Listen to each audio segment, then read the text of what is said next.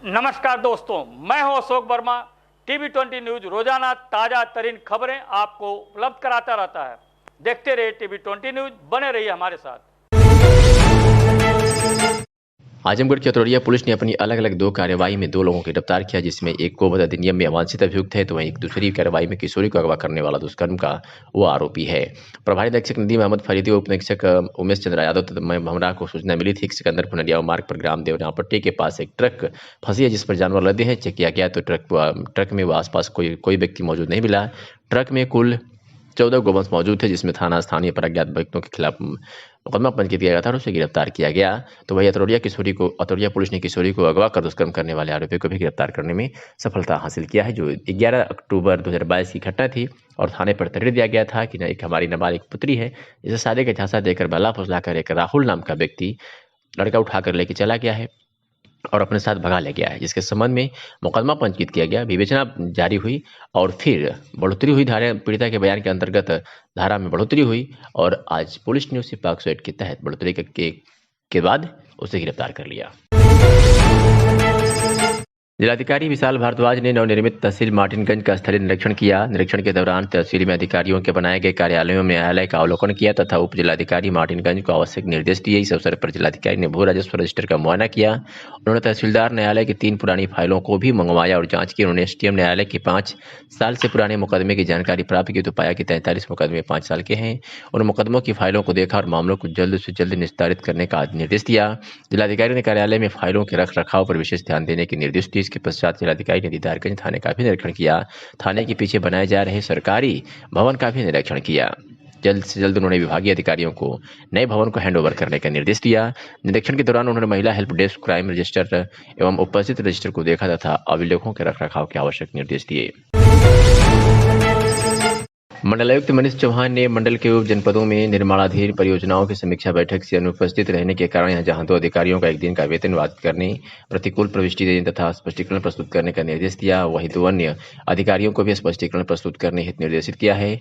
मंडलायुक्त श्री चौहान की अध्यक्षता में बुधवार को देर शाम उनके कार्यालय सभागार में आयोजित मंडल के जनपदों में 50 लाख एवं 50 करोड़ से अधिक लागत की निर्माणाधीन परियोजनाओं तथा पूर्वांचल विकास निधि के अंतर्गत कराए जा रहे निर्माण कार्यों की समीक्षा बैठक में अधिशासी अभियंता, उत्तर प्रदेश आवास विकास परिषद निर्माण खंड टो वाराणसी तथा परियोजना प्रबंधक CNDS चलनिकम के अनुपस्थित रहने पर सख्त नाराजगी व्यक्त करते हुए दोनों अधिकारियों का 1 दिन का वेतन बाधित करने, प्रतिकूल प्रविष्टि देने के साथ ही स्पष्टीकरण प्रस्तुत करने हेतु निर्देशित किया। इसी प्रकार अधीक्षण अभियंता जल निगम द्वारा बिना अवगत कराए अन्य बैठक में चले जाने तथा अधिशासी अभियंता उत्तर प्रदेश राज्य निर्माण सहकारी संघ लिमिटेड पैकफेड मऊ द्वारा काफी विलंब से उपस्थित होने के कारण मंडलायुक्त ने इन दोनों अधिकारियों से स्पष्टीकरण तलब किया है। आजमगढ़ में सिंगल यूज प्लास्टिक के खिलाफ विभाग लगातार अभियान चला रहा है। बावजूद इसके दुकानदार सिंगल यूज प्लास्टिक का इस्तेमाल कर रहे हैं। उसको देखते हुए नगर क्षेत्र में नगर पालिका के फूड इंस्पेक्टर के नेतृत्व में नगर क्षेत्र की दुकानों पर चेकिंग अभियान चलाया गया, जिससे दुकानदारों में हड़कंप की स्थिति रही। नगर पालिका के फूड इंस्पेक्टर के यादव के नेतृत्व में टीम ने नगर के विभिन्न स्थानों पर स्थित दुकानों पर सिंगल यूज प्लास्टिक के खिलाफ अभियान चलाया गया। इस दौरान दीवानी कचहरी के सामने इस ठेले पर टीम ने कई दुकानदारों के पास पॉलिथीन को जब्त किया व जुर्माना के साथ समन शुल्क की वसूली की। फूड इंस्पेक्टर के यादव ने बताया कि समय समय अभियान चलाया जाता है। आज दीवानी कचहरी के पास अभियान चलाया गया। अभियान दुकानदारों के पास से पॉलिथीन को जब्त किया गया और समन शुल्क वसूल किया गया। इसके साथ ही लोगों का सिंगल यूज प्लास्टिक के लिए जागरूक किया गया कि वे इसका प्रयोग कदापि न करें। लगातार जो पन्नी का अभियान चल रहा है, क्या उसमें कितनी क्या कर रहे हैं? हाँ, पॉलीथीन सिंगल यूज पॉलीथीन का जो है प्रयोग जो है लोग कहीं कहीं कर रहे हैं जो है, तो हम लोग नियमित रूप से अभियान चला रहे हैं जो है, जिसमें जब्तीकरण की कार्रवाई की जाती है और प्लस समन शुल्क उनसे वसूला जाता है जो है दंड के रूप में। और जो है पिछले महीने में नवंबर में जो है लगभग हम लोगों ने 42 किलोग्राम जो है पॉलीथीन जब्त की थी जो है, और 32,200 रुपये जुर्माना वसूला गया था जो है। और इस महीने अनवरत चल रहा है अभियान जो है नियमित चलाया जा रहा है, जिसमें कि जब्तीकरण की कार्रवाई और जुर्माना भी उनसे लिया जाता है जो है। तो काफ़ी प्रभाव पड़ा है जो है, लोग अब सचेत हो रहे हैं, धीरे धीरे लोगों को जागरूक भी किया जा रहा है कि इसका प्रयोग न करें जो है। लोगों को शपथ भी दिलवाई जाती है कि हम पॉलीथीन का प्रयोग नहीं करेंगे जो है, तभी उनको छोड़ा जाता है। और जो है काफ़ी लोग तो जागरूक हो चुके हैं, लेकिन अभी भी जो है हम लोग अभियान चलाकर जब्तीकरण की कार्रवाई कर रहे हैं। सर क्या के यादव जो है सफाई एवं खाद्य निरीक्षक, नगर पालिका परिषद आजमगढ़। नगर पालिका परिषद आजमगढ़ के ठेकेदारों के अधिकारियों से झड़प हो गई। इस दौरान वहां ईओ मनोज कुमार मौजूद नहीं थे। ठेकेदार मनोज कुमार श्रीवास्तव का आरोप है कि उसने सफुद्दीनपुर वार्ड में नाली व इंटरलॉकिंग का काम कराया। इसका करीब 4.5 लाख रुपए का बजट था। इसमें उसको 2 लाख रुपए मिले, जबकि 2.5 लाख रुपए अधिकारी सिर्फ कमीशन के लिए रखे रखे हैं, जबकि उनके साथ की कई फाइलें पास हो चुकी हैं। ठेकेदार व सभासदों ने इसके लिए ईओ नगर पालिका को जिम्मेदार ठहराया है। अपना परिचय दे दीजिए। विशाल श्रीवास्तव कटावा का सभासद हुए। आज आप लोग नगर पालिका में आए हैं, क्या है शिकायत पूरी आपकी? भैया ये नगर पालिका तो मैं पूरे 5 साल आया हूँ और पूरी जनता के बीच में भी 5 साल रहा हूँ। यहाँ पे आज के डेट में सबसे भ्रष्ट ईओ जो कहा जाएगा यहाँ के आज के डेट में मौजूद हैं मनोज कुमार जी हैं। मनोज कुमार जी आए हुए हैं और ठेकेदारों की समस्या आए दिन होती रही है और भी समस्या, जल समस्या, सफाई समस्या होती रही है। सबके लिए इनसे कहा जाता है, पर ये किसी की बात, कोई बात सुनने को कोई तैयार नहीं है। आज हमारे ही मोहल्ले के एक हमारे भाई ठेकेदार थे, हमसे आके शिकायत किए कि ऐसी ऐसी बातें हैं। मैं आके पूछा और लेखा में जावेद अहमद जी किसी कार्यरत पे हैं, जो कि वो लेखा विभाग के है भी नहीं, पर सिर्फ सिस्टम के तहत सबको यहाँ ऊपर नीचे रखा गया है और सिस्टम के तहत सबको काम कराया जा रहा है। मनमानी एकदम चरम सीमा पे है और सबसे भ्रष्ट ईओ अभी तक के पूरे 5 साल में नगर पालिका के कोई आए हैं तो मनोज कुमार सिंह जी आए हैं। लगभग कितने का भुगतान नहीं कर रहे हैं? भुगतान तो ठेकेदार साहब अब जो भी बताए हों, मैं सही जानकारी नहीं है, ना मैं फाइल देखा हूँ, मुझको तो वो लोग दिखाए भी नहीं है फाइल, तो इसलिए सही जानकारी उन्हीं के पास होगी। कमीशन मांगा जा रहा है? इनके हिसाब से कमीशन एडवांस मांगा जा रहा है कि ऐसे किया जाए, वैसे किया जाए, एडवांस दीजिए नहीं तो फाइल रद्द कर देंगे, तो ये कर देंगे, ब्लैक लिस्टेड कर देंगे। ईओ साहब फर्जी तरीके से अपना रूम बनाए, यहाँ तक कि गांधी जी की प्रतिमा को आज तक नहीं लगाए हैं अपने उसमें। सरकारी जज साहब के यहाँ देखा हूँ कि जिला जज के भी ऑफिस में पीछे गांधी जी की प्रतिमा लगी रहती है, पर ये इतना बड़ा रद्द आदमी है कि गांधी जी की प्रतिमा को भी नीचे फेंक के एकदम मनमानी चरम सीमा पे अपने बंगले को चारों तरफ से पैक करा के, बंगले में किसी की एंट्री नहीं है, सिर्फ शुद्ध चहेते ठेकेदारों की एंट्री है और मन माफी काम और एसएफसी से फर्जी भुगतान किया जा रहा है। क्या नाम है? मनीष कुमार श्रीवास्तव, कहाँ के रहने वाले? यहीं के चौक के। तो क्या मामला आज आप यहाँ आए? मामला ये है कि हमारे द्वारा नगर पालिका में अपना कार्य किया गया और उसका बिल वगैरह हुई और जब फाइनल भुगतान की बारी आई है तो फिर सबका क्या नाम भुगतान हमारे साथ की फाइलों का कर दिया गया है। हमारा कमीशन के लिए हमारा अब तक भुगतान नहीं हुआ है। कितने का काम आपने कराया? काम लगभग 4 लाख रुपए का था, उसमें लगभग 2.5 लाख रुपए का भुगतान बचा हुआ था और हमारे साथ की जितनी भी फाइलें थी सबका भुगतान हो चुका है। बस इसको ही रोक दिया गया है कमीशन के लिए। कमीशन की बार बार डिमांड की जाती है विभाग की तरफ से। बाकी हमारे संबंधित क्या नाम है बाकी और यहाँ पे सभासदगण हैं, हमने सबको अवगत कराया है, उसके बाद भी अपना कोई सुनवाई नहीं हुई है। कितने कमीशन मांगे? कमीशन वही कि अपना लाइए, पहले अपना कमीशन दीजिए, अपना आके पहले बात करिए। बात आदमी क्या करे? कहाँ से कहाँ तक आपने कार्य कराया था? ये मोहल्ला सरफुद्दीनपुर में अपना कार्य हुआ था जी। क्या था कार्य? नाली का कार्य था।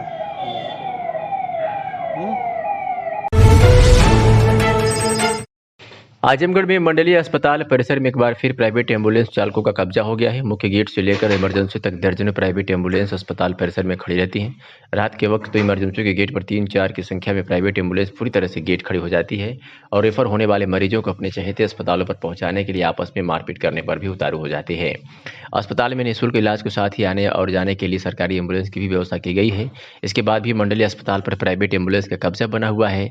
24 घंटे अस्पताल के मुख्य गेट से लेकर इमरजेंसी तक के प्राइवेट एम्बुलेंस संचालक अपनी गाड़ियां खड़ी किए रहते हैं। रेफर मरीजों को अपने चहेते अस्पतालों पर पहुंचाने के लिए इनके द्वारा इमरजेंसी के गेट पर ही पूरी तरह से कब्जा कर लिया जाता है। इमरजेंसी गेट पर 3 से 4 की संख्या में एम्बुलेंस खड़ी हो जाती है और सरकारी एम्बुलेंस को खड़ा होने के लिए जगह ही नहीं मिलती है। वही मौके पर मौजूद पीआरडी व होमगार्ड के जवानों का कहना है कि प्राइवेट एम्बुलेंस को भगाया जाता है, लेकिन वे दबंगई पर उतारू हैं। उसकी शिकायत अस्पताल में की जाती है। अब अस्पताल के अधिकारी समझे। भगाते रहे हैं, भाग रहे हैं लोग। चलिए भाई एम्बुलेंस हटाइए, एम्बुलेंस हटाइए। कैसे भगा रहे हैं? अरे जबरदस्ती करें हम? अरे बिना मार करें? आपकी नौकरी है ना, आप यहाँ ड्यूटी करने। एम्बुलेंस आप लोग मत खड़ी करिए भाई, प्राइवेट हटाइए। कैसे खड़ी हो रही है? ये प्राइवेट एम्बुलेंस कौन खड़ी करता है? ये लोग मानेंगे नहीं। मोटरसाइकिल के ये बताइए रोडवा जाम हो जाला भाई। जाम कर दो, कैसे ड्यूटी कर रहे हैं आप कैसे ड्यूटी कर रहे हैं खाली तो बताइए। स्टैंड वाले पैसा दे लोगे। स्टैंड वाले क्या पैसा देंगे क्या? पैसे में आप बिके हैं? पैसा क्यों देते हैं स्टैंड वाले? कैसे खड़ा ये कर- रास्ता कैसे जाम हो ड्यूटी कर जाती रहे है, हैं? रास्ता जाम हो जाती है, कैसे ड्यूटी कर रहे हैं? रास्ता कैसे? जाम हो जाता है भाई। कैसे हटाइए प्राइवेट हटाइए, एम्बुलेंस हटवाइए। ड्यूटी कर रहे हैं यहाँ अरे एम्बुलेंस वाले को मार करे, झगड़ा करे कि इन लोगों से बात जा बताइए। हटा तो रहे कोई आपको है, हटाओ तक ना लो। आप लोग हटा रहे हैं कि नहीं? है तो उन लोग एकदम बदनाम करके धर देते हैं। बताया गया कि एम्बुलेंस प्राइवेट नहीं खड़ी होगी, लेकिन आप लोग मानेंगे नहीं, मार करी ना उनसे। नहीं आप लोगों की ड्यूटी है, दो लोग वहाँ पे 3 लोग हैं। खड़ा करी कत्ता हिम्मत गाड़ी खड़ी करी है एम्बुलेंस यहाँ, अन्य कोई यहाँ 2 चक्का खड़ी हो रास्ते में। आप लोग ड्यूटी कै लोग हैं? कै लोग हैं ड्यूटी? 6 आदमी हैं। 6 आदमी में से कहाँ है 6 लोग? सभी लोग लगे हैं इधर उधर। कहाँ इधर उधर लगे हैं? प्राइवेट एम्बुलेंस खड़ी है, यही आप लोग ड्यूटी कर रहे हैं? ए, देखिए गाड़ी अब ये लोग खड़ी करेंगे। बाइक खड़ी रहेगी, तीमारदार कहाँ जाएंगे? मरीज कहाँ खड़ी? चलिए खड़ी करिए, हटाइए। ये लोग मेरा नाम ब्रजेंद्र कुमार दुबे है। यहाँ पे प्राइवेट एम्बुलेंसों का जमावड़ा लगा हुआ है और प्रशासन इस पे कोई ध्यान नहीं दे रहा है। क्या ऐसा है कि यहाँ के जो है CSI यह मिले हुए हैं, इन सब से महीना लेते हैं। देखिए अभी कोई मोटरसाइकिल खड़ा कर देगा तो उसको स्टैंड में जाने के लिए यहाँ के होमगार्ड मजबूर करेंगे, लेकिन बड़ी बड़ी गाड़ियाँ 20 एम्बुलेंस खड़ी हैं, इसके लिए कोई व्यवस्था नहीं है।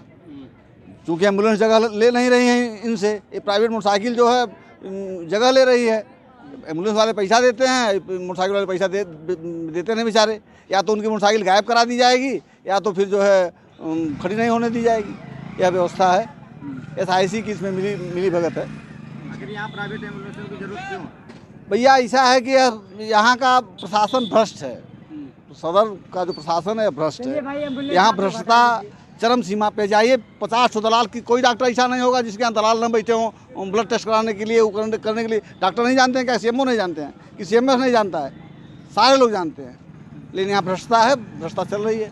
जहाँ पे मोटरसाइकिल खड़ी होती है वहाँ पे प्राइवेट एम्बुलेंस खड़ी है। भाई मोटरसाइकिल खड़ी होने की बात छोड़िए, प्राइवेट पूरे प्रदेश में कहीं भी प्राइवेट मोटरसाइकिल स्टैंड नहीं है। शासन का निर्देश है कि प्राइवेट स्टैंड नहीं होगा। सदर अस्पताल में प्राइवेट स्टैंड है और होमगार्ड और पुलिस वाले जो है ज़बरदस्ती प्राइवेट स्टैंड में खड़ा करने के लिए मजबूर करते हैं।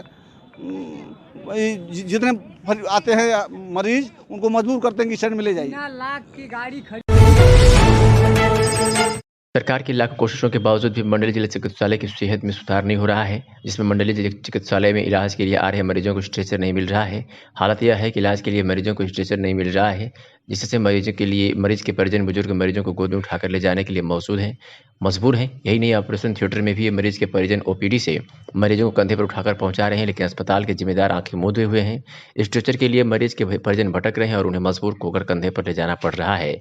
OPD और वार्ड में गोद में उठाकर ले जाना हमारी मजबूरी है। अगर वे समय नहीं पहुंचे तो डॉक्टर अस्पताल से निकल जाएंगे। वह इस मामले पर प्रभारी SIC का कहना है कि मंडली अस्पताल में स्ट्रेचर की कोई कमी नहीं है। उनका कहना है कि अभी हम खुद देखकर आ रहे हैं, मरीजों को स्ट्रेचर की कमी नहीं है। वे कहते हैं कि मरीजों में के लिए ही स्ट्रेचर की व्यवस्था है, उस पर आम आदमी इस्तेमाल नहीं करता है। उन्होंने कहा कि हो सकता है मरीजों के परिजनों से कोई चूक हो गई हो या फिर विभाग से कोई चूक हुई हो, लेकिन स्ट्रेचर की कोई कमी नहीं है। सर आपका परिचय? मेरा नाम डॉक्टर आमोद कुमार। सर क्या है? मैं निश्चेतक हूँ मंडलीय जिला चिकित्सालय में और वर्तमान समय में मैं SIC के चार्ज में हूँ क्योंकि साहब छुट्टी में हैं। जी सर, आए दिन मरीजों को स्ट्रेचर नहीं मिलता है, घंटों घंटों दौड़ते रहते हैं, मजबूरन वो कंधे पे गोद में उठाकर ले जाते हैं अपने मरीजों को परिजन। इमरजेंसी में स्ट्रेचर तो उपलब्ध है। मैं तो सुबह में भी आया हूँ, मैं देखा कि वहाँ स्ट्रेचर है, एक पेशेंट स्ट्रेचर पे लेटा हुआ भी था। मैं उस पेशेंट के पास गया। पेशेंट कहीं बाहर में ऑपरेट हुआ था, सर्वाइकल का था, सर्वाइकल इंजरी का था। वो रेफरल के लिए आया था तो उसको मैंने उसी समय जो है वो करा दिया। तो उस पेशेंट को तो स्ट्रेचर मिला। मेरे सामने भी मैं गया तो कई 2-3 स्ट्रेचर वहाँ खड़े हुए थे। मरीजों परिजनों से जान कहाँ चूक हुई है मैं नहीं बता सकता हूँ। मरीजों के परिजनों से जानकारी मिलती है कि सर काफ़ी मशक्क़त के बाद हाथ पैर जोड़ने के बाद भी स्टेचर नहीं उपलब्ध हो पा रहे हैं। नहीं, मजबूरन वो कंधे ऐसा पे नहीं है, ऐसा नहीं है, ऐसा नहीं है। क्यों हाथ को जोड़ेगा? मरीज के लिए ही तो स्ट्रेचर है। स्ट्रेचर पे कौन आम आदमी, साधारण आदमी थोड़े सोएगा, स्वस्थ आदमी तो नहीं सोएगा ना, तो मरीजों के लिए ही है, ऐसा नहीं है।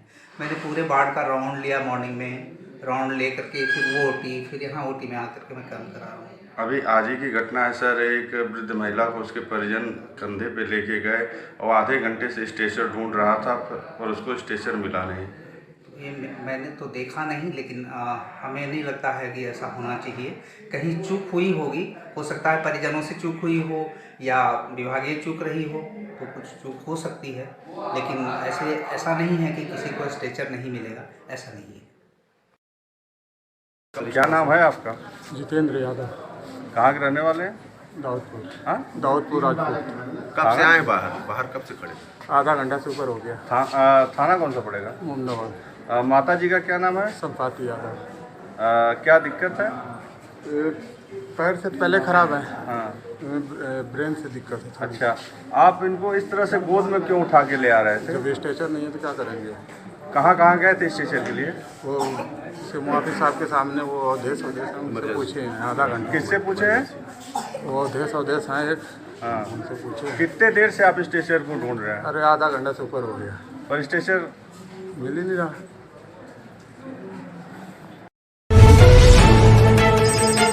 जिलाधिकारी विशाल भारद्वाज की अध्यक्षता में कल देर शाम कलेक्ट्रेट सभागार में जिला स्वास्थ्य समिति की बैठक आयोजित की गई। जिलाधिकारी ने अधिकारियों को निर्देश दिया कि सभी चिकित्सालयों में दवाओं की उपलब्धता की सूची लगाई जाए। उन्होंने कहा कि मरीजों की सुविधा के लिए दवाओं की उपलब्धता की जानकारी प्राप्त करने के लिए किसी चिकित्सक को नामित करते हुए उनका नाम और मोबाइल नंबर भी चिकित्सालयों में बोर्ड पर स्पष्ट रूप से प्रदर्शित किया जाए। जिलाधिकारी ने निर्देश दिया कि सभी चिकित्सक निर्धारित समय तक जिला चिकित्सालयों में बैठना सुनिश्चित करें। उन्होंने कहा कि चिकित्सक मानवीय दृष्टिकोण अपनाते हुए मरीजों को दवाएं चिकित्सालय से ही उपलब्ध कराना सुनिश्चित करें। उन्होंने कहा कि चिकित्सालयों में मानक लिस्ट के अनुसार दवाओं की उपलब्धता सुनिश्चित कराई जाए।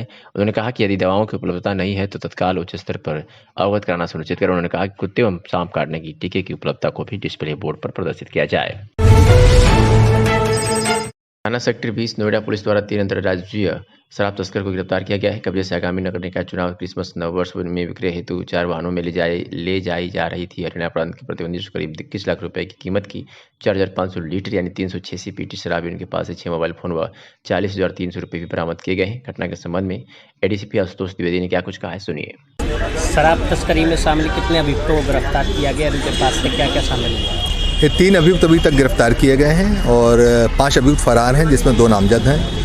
एक फरार अभियुक्त जो है वो दिल्ली का शराब माफिया है, जिसे केपी उर्फ कमल किशोर कहते हैं, जिसके विरुद्ध 27 मुकदमे हैं। गिरफ्तार अभियुक्तों से 386 पेटी शराब बरामद हुई है।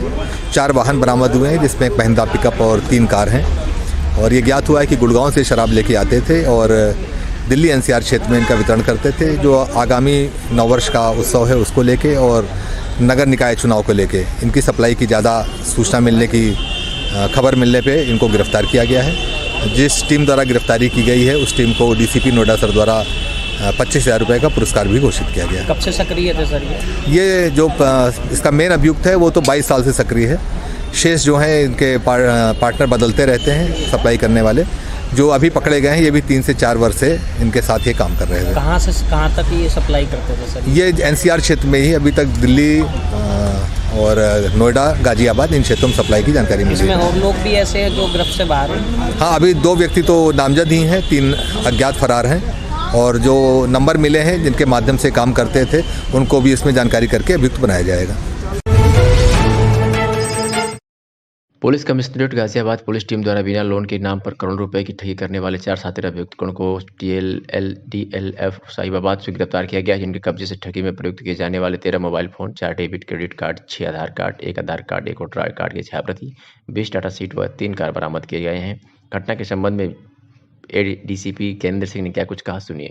सर, बीमा व फर्जी लोन दिलाने के नाम पर 4 अभियुक्त गिरफ्तार किए गए हैं। किस तरीके से घटना को अंजाम देते थे और क्या क्या बरामद हुआ? कमिश्नरेट गाजियाबाद की साइबर सेल पुलिस टीम के द्वारा 4 शातिर साइबर ठगों को गिरफ्तार किया गया है, जिनको उचित धाराओं में अभियोग पंजीकृत करके जेल भेजा जा रहा है। इन साइबर ठगों से 3 लग्जरी गाड़ियाँ, 13 मोबाइल और साइबर ठगी में प्रयोग किए जाने वाले अन्य इंस्ट्रूमेंट बरामद किए गए हैं। सर किन किन लोगों को ये टारगेट करते थे? ये सामान्य रैंडम कॉल करते थे, किसी भी मोबाइल सीरीज को ले लेते थे अपने पास और उस नंबर का सीरीज बदल के अंतिम डिजिट चेंज करके कॉल करते थे। इस तरह से प्रतिदिन ये लगभग 500 लोगों को कॉल करते थे, जिसमें 5, 7, 8, 10 लोग इनके जाल में फंस जाते थे। कितने समय से सक्रिय थे सर? ये पिछले 1 साल से यहाँ इस एरिया में सक्रिय थे। कितने लोग इसमें और भी शामिल हैं जो अभी इसमें गिरफ्त से बाहर जा रहे हैं? अभी इन 4 लोगों को की गिरफ्तारी की गई है और इनके मोबाइल्स के माध्यम से और इनके बाकी नेटवर्क्स में इनके कौन लोग शामिल हैं उनकी भी विवेचना के दौरान हम लोग गिरफ्तारी करेंगे। हमीरपुर से बड़ी खबर आ रही है। जो स्कूल का कार्य कर रहे 6 वर्षीय मासूम की पेंसिल का कटर खाने से मौत हो गई है। गले में कटर फंसने से मासूम की सांस रुकने से मौत हो गई है। आनंद फानन में परिजन मासूम को अस्पताल ले गए, जहां डॉक्टरों ने मृत घोषित कर दिया। मासूम की मौत से परिजनों में कोहराम मचा हुआ है। राठ कोतवाली क्षेत्र के पहाड़ी वीर इलाके का यह मामला बताया जा रहा है। डॉक्टर साहब, एक बच्ची का मामला आया था, क्या है पूरा मामला? हम बच्ची जो आई है वो अर्तिका नाम की बच्ची है। उसके पिता का नाम नंद किशोर है और वो पहाड़ी वीर की रहने वाली है। बच्ची जो हमारे अस्पताल में आई वो मृत अवस्था में आई थी। उसके परिजन लेके आए थे और परिजनों ने बताया कि बच्ची जो है अपने भाई बहनों के साथ ऊपर छत पे पढ़ाई कर रही थी और पेंसिल छीलने के दौरान ये हादसा हुआ। पेंसिल और कटर जो है मुंह में चला गया, जिसकी वजह से उसकी मौत हो गई। और बाकी परिजनों ने कोई कानूनी कार्रवाई और पोस्टमार्टम नहीं कराया। कानपुर सदर से समाजवादी पार्टी के विधायक इरफान सोलंकी को आज देर शाम महाराजगंज जेल में शिफ्ट कर दिया गया है। जिला कारागार महाराजगंज में पहुंचते ही विधायक इरफान सोलंकी की आंखें नम दिखी। जैसे ही इरफान की जिला कारागार में पहुंचे, उनकी आंखों में आंसू निकल पड़े। वही पत्रकारों के सवाल पर वो कुछ कहना चाहते थे, लेकिन कुछ कह नहीं पाए। इरफान सोलंकी के पहुंचने से पहले महाराजगंज जनपद की समाजवादी पार्टी के कार्यकर्ता भारी संख्या में जिला जेल पर पहुंचे थे और जैसे ही विधायक इरफान सोलंकी जिला कारागार पहुंचे, वैसे ही समाजवादी कार्यकर्ताओं ने कहा कि विधायक जी हम आपके साथ हैं, विधायक जी हम आपके साथ। इतना हौसला अफजाई करते हुए समाजवादी पार्टी के कार्यकर्ता जिला कारागार पर देखे गए। इसके अलावा आज शाम जिला कारागार पर बख्तरबंद गाड़ियों की में कानपुर से लाए गए इरफान सोलंकी को जेल में दाखिल किया गया। इस दौरान समाजवादी पार्टी के निवर्तमान जिला अध्यक्ष ने कहा कि साजिश के तहत विधायक इरफान सोलंकी को फंसाया गया है। यह बात पूरा कानपुर जानता है। सुनिए। कानपुर सदर विधायक को शिफ्ट किया जा रहा महाराजगंज, यहाँ की पार्टी लोकल लेवल पे क्या सोचती है? देखिए, जो कानूनी प्रक्रिया है उसके तहत जो है उनको बंद किया गया है जेल में। हमारे पार्टी के राष्ट्रीय अध्यक्ष आदरणीय श्री अखिलेश यादव जी अभी जल्दी ही उनसे कानपुर जेल में मिलने के लिए गए थे। अब उसके 2-3 दिन बाद इस तरह की सूचना मिली है मीडिया के माध्यम से भी, और अभी मेरी अधिकारियों से भी बात हुई है महाराजगंज से, तो ये बात पता चली है कि उनको महाराजगंज जेल में शिफ्ट किया जा रहा है। राष्ट्रीय अध्यक्ष आदरणीय श्री अखिलेश यादव जी ने ये कहा है कि वो पार्टी उनके साथ खड़ी है और हर कदम पे उनकी मदद की जाएगी, हर संभव उनकी मदद की जाएगी। परिवार के लोग इस समय बेहद सदमे में हैं, उनकी मुश्किलें और बढ़ गई हैं, कैसे देखते हैं आप इसको? अब जिनके भी बच्चे हैं, चाहे वो भले ही वो विधायक हैं, लेकिन माता पिता के लिए तो उनका बेटा बेटा ही है, बेटी बेटी ही है, तो वो भावनाएं तो आहत हुई हैं, होती हैं, तो उसको नजरअंदाज नहीं किया जा सकता। तो परिवार का उनके मसला है, तो माता पिता तो भावुक हो ही जाएंगे, ये जाहिर सी बात है। लेकिन जो भी हम लोगों से मदद हो सकती है पार्टी के लेवल पे, चाहे कानूनी तौर पे, वो हर तरह से हम लोग मदद करने के लिए साथ खड़े हैं। समाजवादी पार्टी उनके साथ खड़ी है।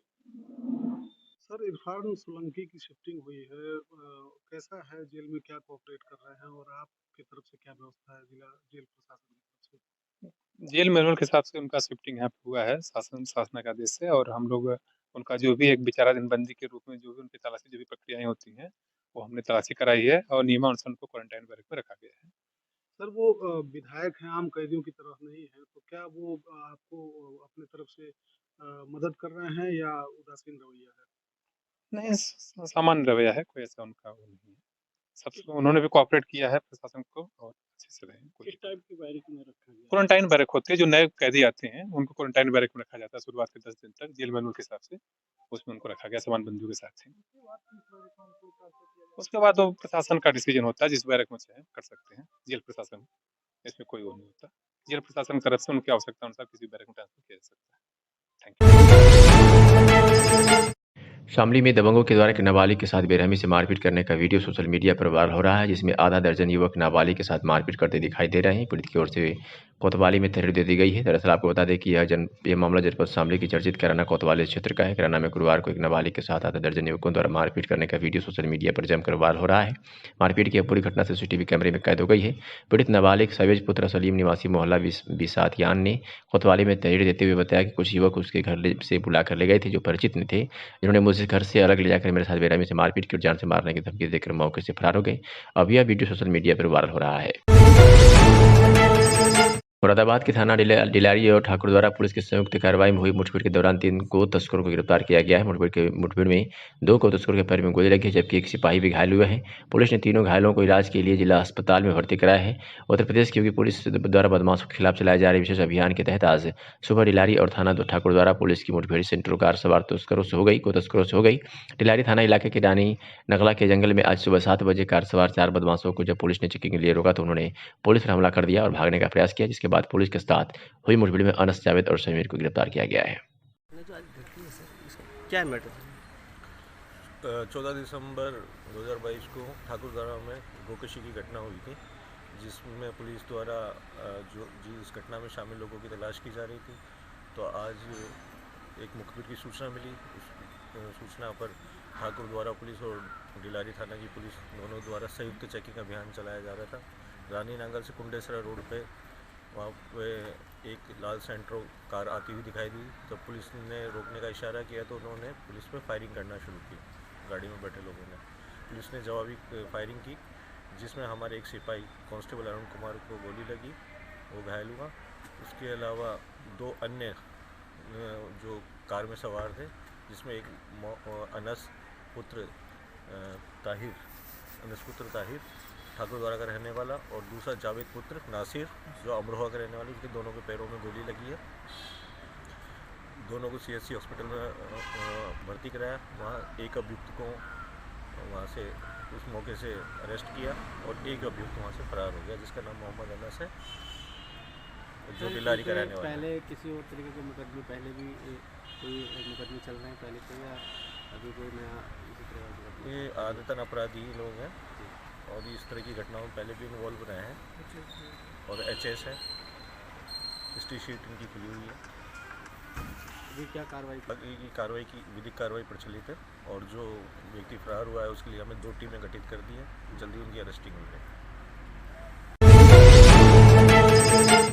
वाराणसी जनपद के चोलापुर थाना अंतर्गत बेला गोदाम के पास आज पुनः 21 दिसंबर की रात एक सराफा व्यवसायी के यहाँ शटर चाट कर अलमारी पीछे ले जाकर अलमारी तोड़कर उसमें सोने चांदी के जेवर के साथ साथ नगद रुपया लगभग 6 से 7 लाख की चोरी की घटना जानकारी होने पर सुधार नारी सेना के संस्थापक धर्मेंद्र कुमार और बबलू वर्मा, प्रदेश अध्यक्ष श्रवण कुमार सेठ सहित तमाम लोगों ने दुकान के मालिक अभिषेक सेठ से मुलाकात कर घटना के विषय में जानकारी दिया। वहां से क्षेत्राधिकारी से भी बात किया गया और थानाध्यक्ष चोलापुर से भी बात किया गया और सराफा व्यापारियों की सुरक्षा व्यापारियों के साथ आए थे लूट हत्या छीनते डकैती की जो घटनाएं बढ़ गई है उस पर नियंत्रण के लिए विचार विमर्श किया गया। सुधार नारी सेना के लोगों ने कहा कि इस पर त्वरित कार्रवाई पुलिस प्रशासन के द्वारा नहीं होता है तो सभी सराफा व्यवसायी स्वर्ण व्यवसायी सुनार नारी सेना प्रदर्शन करने के लिए बाध्य होगा। मैं धर्मेंद्र कुमार और बबलू वर्मा, संस्थापक सोनार नरहरी सेना, आज रात्रि में पुनः एक घटना बेला गोदाम चोलापुर थाना अंतर्गत आता है। खुली चुनौती पुलिस प्रशासन को, अपराधियों का भय जरा भी प्रशासन में नहीं है। सारे निशाने स्वर्ण व्यवसायी, सराफा व्यवसायी बनते आ रहे हैं और प्रेजेंट टाइम के सरकार में भी यही स्थिति बनती आ रही है। और हम लोग पुलिस कमिश्नर साहब से निरंतर दबाव बनाकर ऐसी घटनाओं को रोकने का प्रयास के लिए हम लोग उनसे वार्तालाप कर रहे हैं, परंतु स्थानीय थाना के द्वारा कोई भी राहत स्वर्ण व्यवसायियों को नहीं मिल पा रही है। बहुत ही जल्द इसके लिए उग्र प्रदर्शन, शांति प्रदर्शन हम लोग करेंगे, क्योंकि हम लोग व्यापारी हैं। न्याय के लिए हम लोग थाना पे बैठकर, कमिश्नर पे बैठकर, DM साहब के आवास पे बैठकर, जैसे भी होगा ऐसी घटनाओं की पुनरावृत्ति न हो, इस सिलसिले में हम लोग निरंतर समाज के बीच जाकर अपनी बातों को रखने का प्रयास कर रहे हैं। हम लोगों के साथ संगठन के प्रदेश अध्यक्ष श्रवण कुमार सेठ जी, जिला अध्यक्ष वाराणसी ग्रामीण सोनू सेठ जी, महानगर प्रभारी विशाल सेठ जी, अन्य संस्था के संगठन के पदाधिकारी हैं, आनंद सेठ जी, धन्यवाद। आजमगढ़ में ठंड व कोहरे को देखते हुए पुलिस अधीक्षक का मानवीय रूप सामने आया है। पुलिस अधीक्षक अनुराग आर्य ने खुले में 16 व्यक्तियों के लिए की जाने वाली व्यवस्था के संबंध में जानकारी दी है।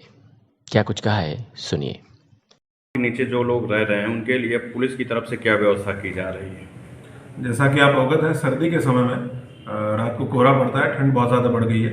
इसलिए मेरे द्वारा सभी PRB मोबाइल्स हमारी जितनी 112 की हैं, थाने की जितनी मोबाइल्स हैं और अधिकारी कर्मचारी जितने हैं, उन सबको निर्देशित किया गया है कि रात्रि गश्त के समय अगर कोई भी व्यक्ति ऐसा मिलता है जो खुले में सो रहा है या जो ठंड में बाहर है, उससे संपर्क करके उसको संबंधित रैन बसेरे में ले जाएं और वहाँ जो संबंधित विभाग के लोग हैं उनसे संपर्क करके उसकी मदद की जाए।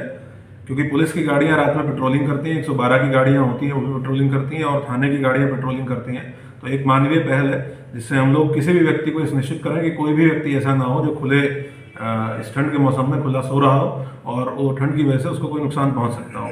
इसके साथ साथ पब्लिक से भी अपील है कि अगर आपको कोई ऐसा व्यक्ति दिखता है जिसको मदद की आवश्यकता है, रैन बसेरा ले जाने की आवश्यकता है, तो 112 नंबर पर कॉल कर दें या किसी पुलिस के मोबाइल नंबर पर कॉल कर दें। हम लोग ये सुनिश्चित करेंगे कि उनको एक सुरक्षित जगह पर पहुँचाया जाए, रैन बसेरे में पहुँचाया जाए, ताकि उनकी जान बचाई जा सके और किसी को कोई किसी प्रकार का नुकसान ना हो। आजमगढ़ में कोहरे व ठंड को देखते हुए जिलाधिकारी विशाल भारद्वाज द्वारा आज रात्रि चौराहों पर जलाए गए अलाव एवं रैन बसेरों का औचक निरीक्षण किया गया। इस अवसर पर ADM आजाद भगत सिंह, SDM सदर, EO नगर पालिका, PO डूडा सहित अन्य अधिकारी और कर्मचारी मौजूद रहे। जिलाधिकारी ने अलाव स्थल, रेलवे स्टेशन, रोडवेज, महिला हॉस्पिटल, पालपुर तिराहा, मंडलीय चिकित्सालय सदर एवं भंवरनाथ चौराहा सहित कई स्थलों का भी उन्होंने औचक निरीक्षण किया। आइए सुनाते हैं जिलाधिकारी विशाल भारद्वाज ने क्या कुछ कहा। आज अभी बस स्टेशन, रेलवे स्टेशन और महिला और पुरुष चिकित्सालय में जो ठंड से बचाव की जो व्यवस्था शासन द्वारा निर्देशित है उसका निरीक्षण किया गया। अलाव सभी स्थानों पे जल रहे हैं और यहाँ पर जो हमारा शेल्टर होम है वहाँ पर भी लोग जो अभी कुछ बाहर थे सड़क पर उनको यहाँ ला के रखा गया है। तो इसमें सामान्य जो हमारे जो डायरेक्शन है शासन की कि अलाव की व्यवस्था और कोई भी व्यक्ति बाहर ओपन स्काई के नीचे ना रहे, इसके निर्देश दिए गए सर। लगातार सर जिस तरह शीतलहर बढ़ रही है, क्या प्रयास किए जाएंगे जिला प्रशासन की तरफ से?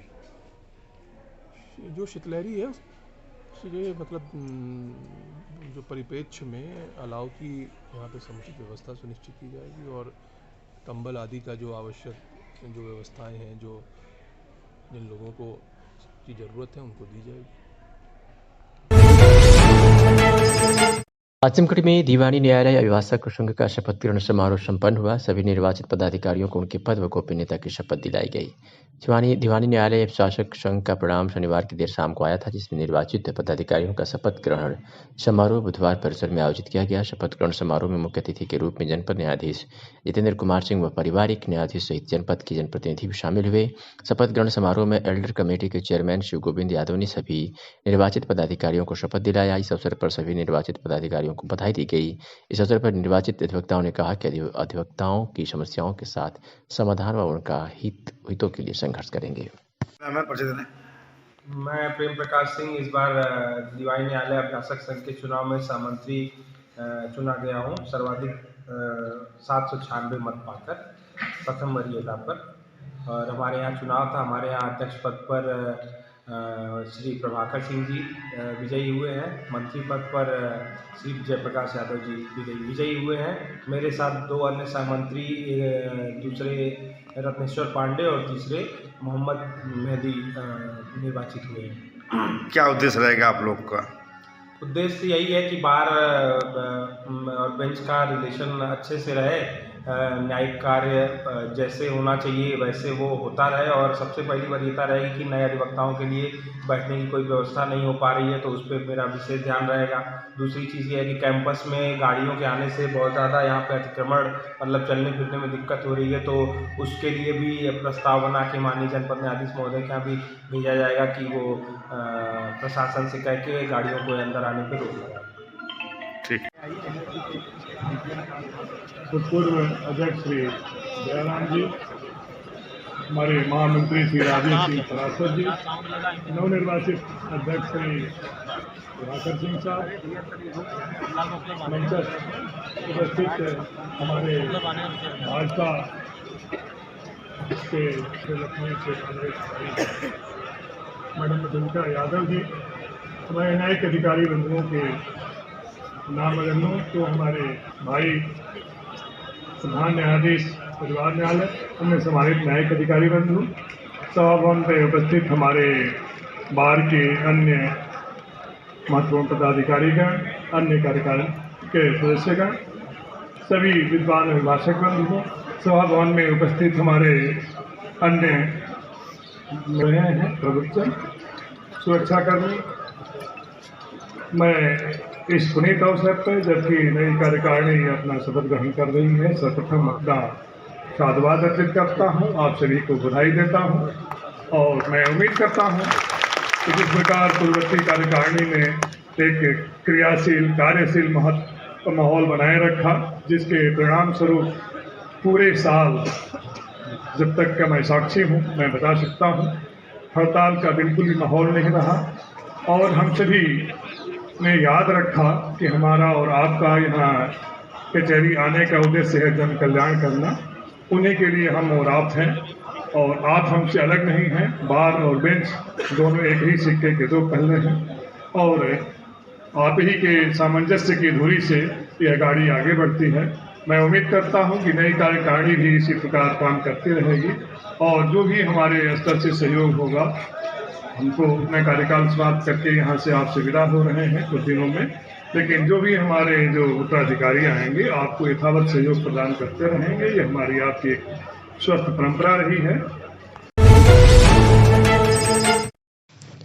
देश के करोड़ों बेसहारा गरीबों की आवाज आर्यवर्त महासभा के संस्थापक सुप्रीम कोर्ट के वरिष्ठ अधिवक्ता पवन प्रकाश पाठक ने बिहार के छपरा में जहरीली शराब पीने से हुई सैकड़ों मौत की पीड़ित परिवारों को आर्थिक मदद दिलाने और पूरी घटना की एसआईटी द्वारा जांच करवाने के लिए सुप्रीम कोर्ट में याचिका दाखिल किया है और मृतक परिवारों से मिलने के लिए खुद चलकर बिहार गए और लोगों को न्याय दिलवाने का आश्वासन दिया।